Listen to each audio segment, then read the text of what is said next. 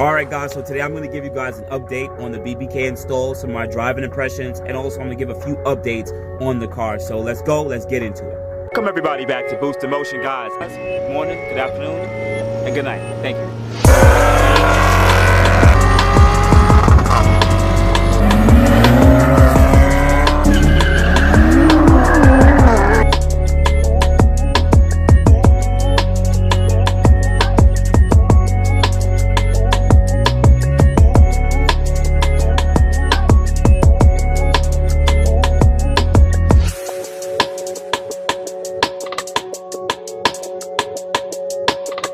Alright guys, so let's get into it.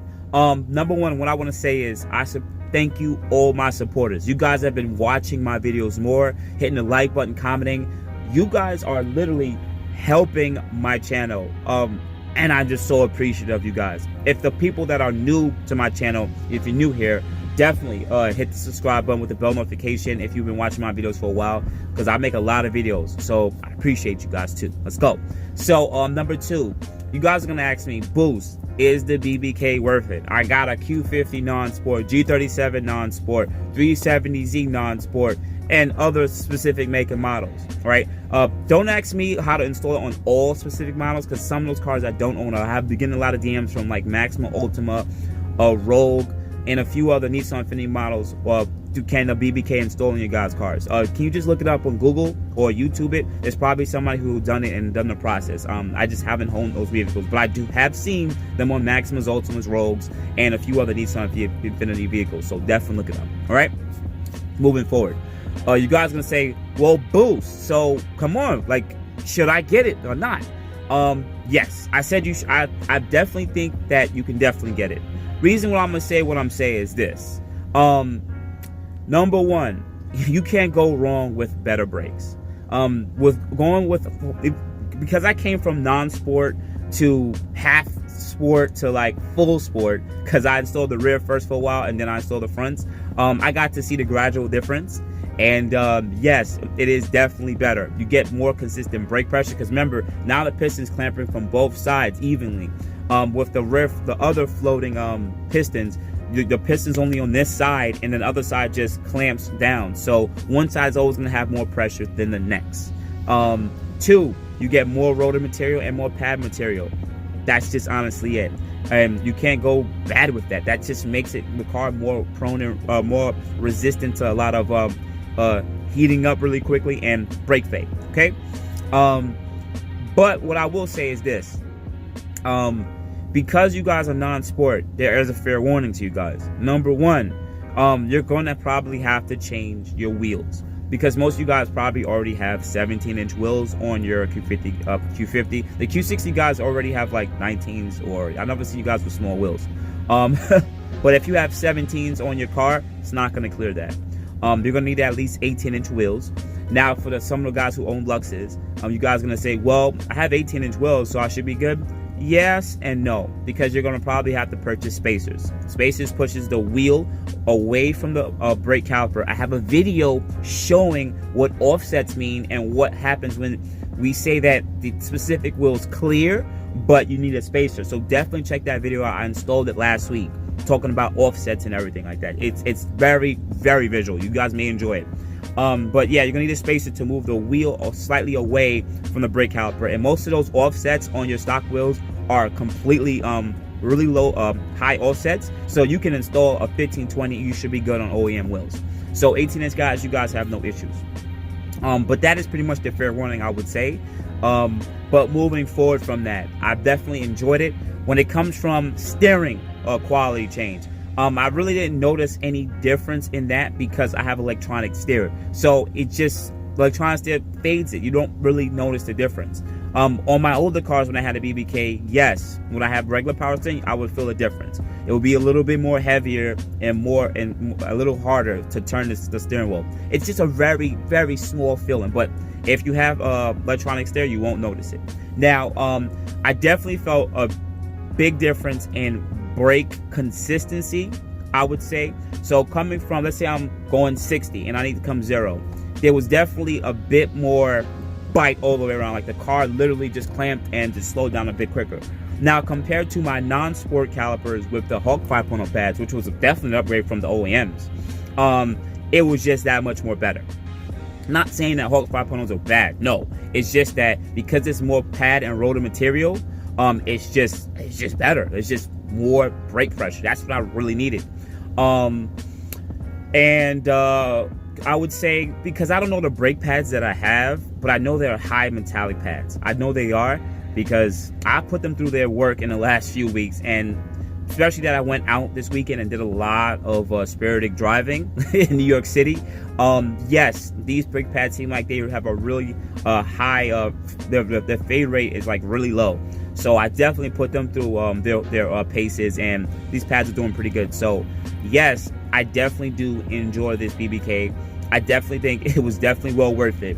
Now, when it comes to money-wise, I would want you guys to honestly look and see how you can do this as affordable as you can. The reason why I say this is there's a lot of companies out there right now that can probably sell you a whole kit. They'll sell you red calipers, at least Power Stop, and a few other companies. They'll sell you the red calipers or the gray ones or however it's painted with brake pads, the pins, the slides, everything like that. It'll probably even come with SS lines, so that's pretty much stainless steel lines, upgraded lines from rubber, and everything for probably about $1,000.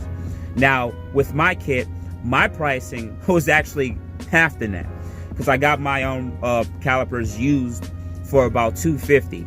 Yes, you gotta look on Craigslist, Facebook Marketplace, find wherever you can find these things because it's shit. They're used. You can buy them. Now, I'm a DIY guy, so I also cleaned them up, I painted them, and installed them myself. So you guys, you haven't seen that, definitely check my old videos. I went through the process and definitely was very hands-on. And also on top of that, because my calipers came with brake pads, that saved me a lot of money because Hawk 5.0 pads are like $100 each or $80 each. So I saved myself at least a good $200 less on just brake pads alone. So it came with brake pads. The next thing is it came with slides and clips and everything like that. So that saved me money too. Now the biggest thing that saved me the most money is rotors. Now there are companies out there that make rotors for us, R1 Concepts and a few others. And when you go with the more expensive rotor, usually I would say, I won't say they dip it, but they zinc coat it and a few other chemicals to prevent it from rusting over time.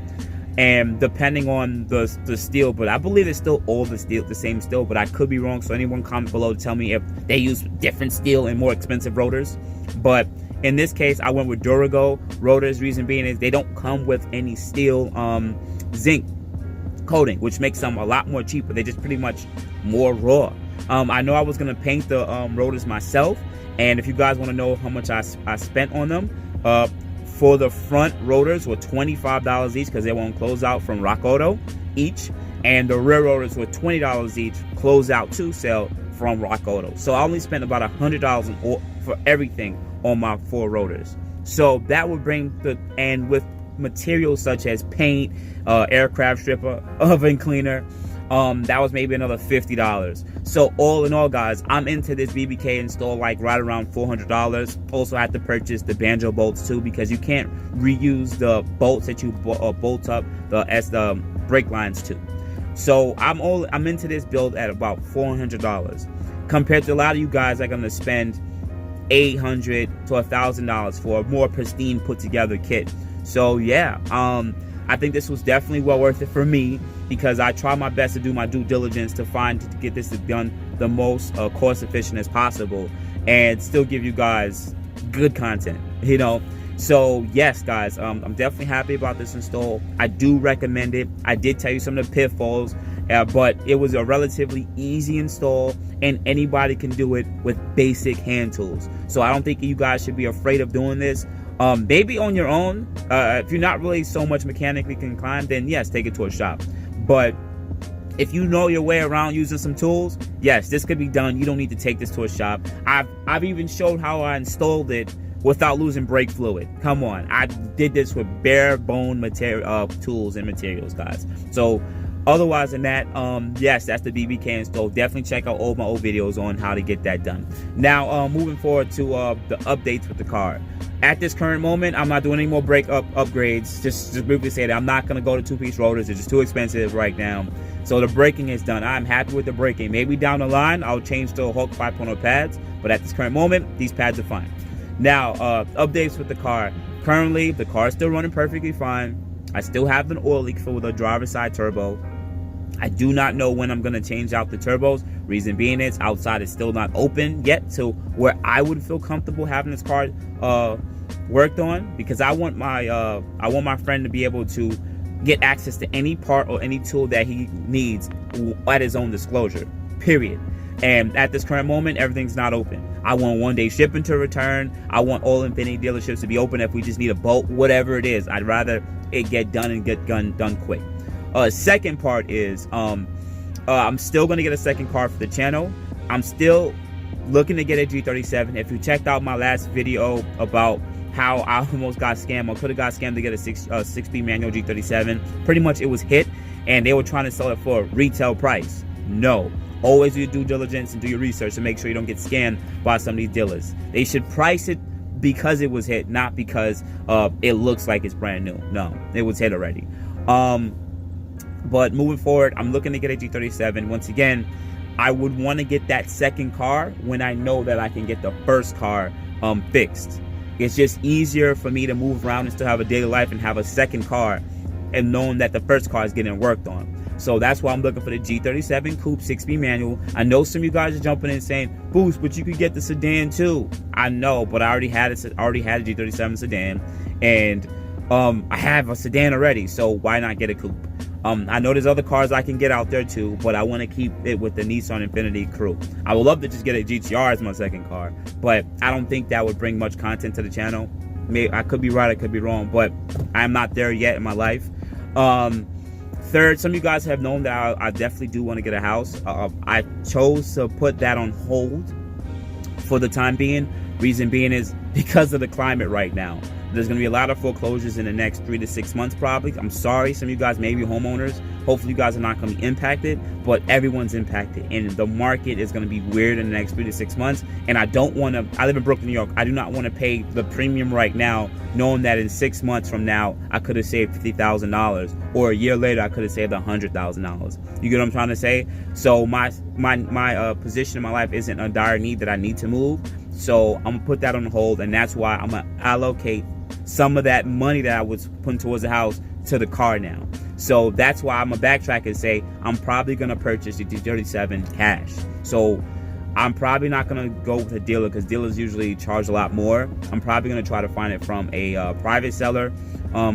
It might be somebody who might just need the money, might need to get rid of the car. So they may work out to be a good deal for me and good content for you guys. But yes, that is pretty much the updates with the channel. Mod to Fame's role base event is May 30th. At this current moment, it seems like it's still on. I'm not going to be able to go there with the upgraded turbos, unfortunately, and that's fine. I'm talking a lot of shit on with the Mopar guys and everything, but I'll go there, and if they hand me L's, it's okay. I'm perfectly fine because I'm not worried about my ego. You know what I'm saying? It is what it is. I'm an underdog regardless, and I've definitely took off my fair share of L's in my whole life, so I don't mind pushing forward and giving you guys the content for what you want and need. I'm going to install the drag setup soon, so you guys can be able to see that. I'm probably going to do some reviews on some of the cars, some of the things I've had on my car for quite a while, just to see where it is now and where it stands, and if it's a good quality part, just to keep things going, to keep the juices flowing and everything like that. But yeah, that's pretty much where we're at. That is the updates on the channel. That's the updates on the BBK. And once again, if you made it to this part of the video, which a lot of you guys don't usually, because you guys click off at least halfway through the video. You might get bored, you want to go check out another video. I want to just say again, I appreciate you guys very much. If you can, watch the videos from the start to finish. I'm trying to now actually put a few more information at the end of the video, because a lot of you guys miss a lot of information because you guys only watched the first part of the video. So I'm trying to put all the Easter eggs, that you would say, more to the end of the video, because you guys get to know everything. So I'm going to say it in this part of the video right now. I'm going to go to the Mods of Fame Roller Race event, and I'm going to stack the JB4 on top of my EcuTech tune. Not a lot of people have documented this, and there's really no information about this. This stuff has been out for a very long time, because the BMW guys been doing it forever. They'll stack their JB4 on top of their tunes. The reason why this is actually a good thing you can do is if your tune is really good and clean, a JB4 is a quick and easy way to add 2 to 3 psi depending on if your car can handle it, on top of your tune. Also, for BMW guys, you can make fuel adjustments, but for JB4 for tune guys, some of our cars are pretty conservatively tuned. So some of you guys might be only hitting 18 psi peaks on 18 psi peaks on 93 fuel, and some of these cars, some of the people's tunes are 20, 21, 22 psi on 93. So some tuners are a lot more conservative for liability issues, but if they tune the car properly, if you use the right amount of fuel, or you bump up the octane too, that's why it's always recommended use like a boosting or octane booster, or maybe a little bit of E85 splash to the tank. You can actually turn your boost up about 2 psi depending on where it is in the RPM range. I have definitely data logged it, and my car is taking it pretty well. Have I used it in any of my current races at this current moment? No, but I have definitely data logged it, and yes, the car definitely gets faster. More PSI is faster, pretty much. And all by no knocking, my temps remain pretty consistent, my charge set temps remain pretty consistent, and I usually use it with some kind of octane booster. So yes, it's definitely something I'm going to be doing for this event. So yes guys, you made it to that part. So otherwise than that guys, you know what to do. Contact me at boostinmotion IG and boostinmotion on Facebook, and boostinmotion@gmail.com. You already know where to check out to purchase any of my merch. It's going to be below in the Teespring account. A lot of shipping is delayed because of what's going on. I'm sorry guys, it's just taking too long. Also on top of that, if you want to, some guys want to donate to the channel. I'm not asking for anything, but if you want to donate to the channel, #boostinmotion at Cash App. And otherwise than that guys, the best way to give me your support is honestly just watch my videos from start to finish. Hit the like button, comment below, say what's up, what it do. A lot of you guys have just been saying what's up, and I just love you guys for that, because you guys are my #1 supporters, and without you guys I wouldn't keep moving forward. So otherwise than that, you guys have a good morning, good afternoon, and good night. Thank you guys. You have a good day. Appreciate it. Thank you everybody for watching. Do appreciate you guys. Love you guys very much. You can also check out the 2 links I posted for some of my other videos. Also on top of that, if you want to purchase some Boost in Motion merch, definitely check the link that I posted also. And finally, if you've been watching all my videos and you enjoy them, please hit the link to subscribe to my YouTube channel. Thank you. Thank you.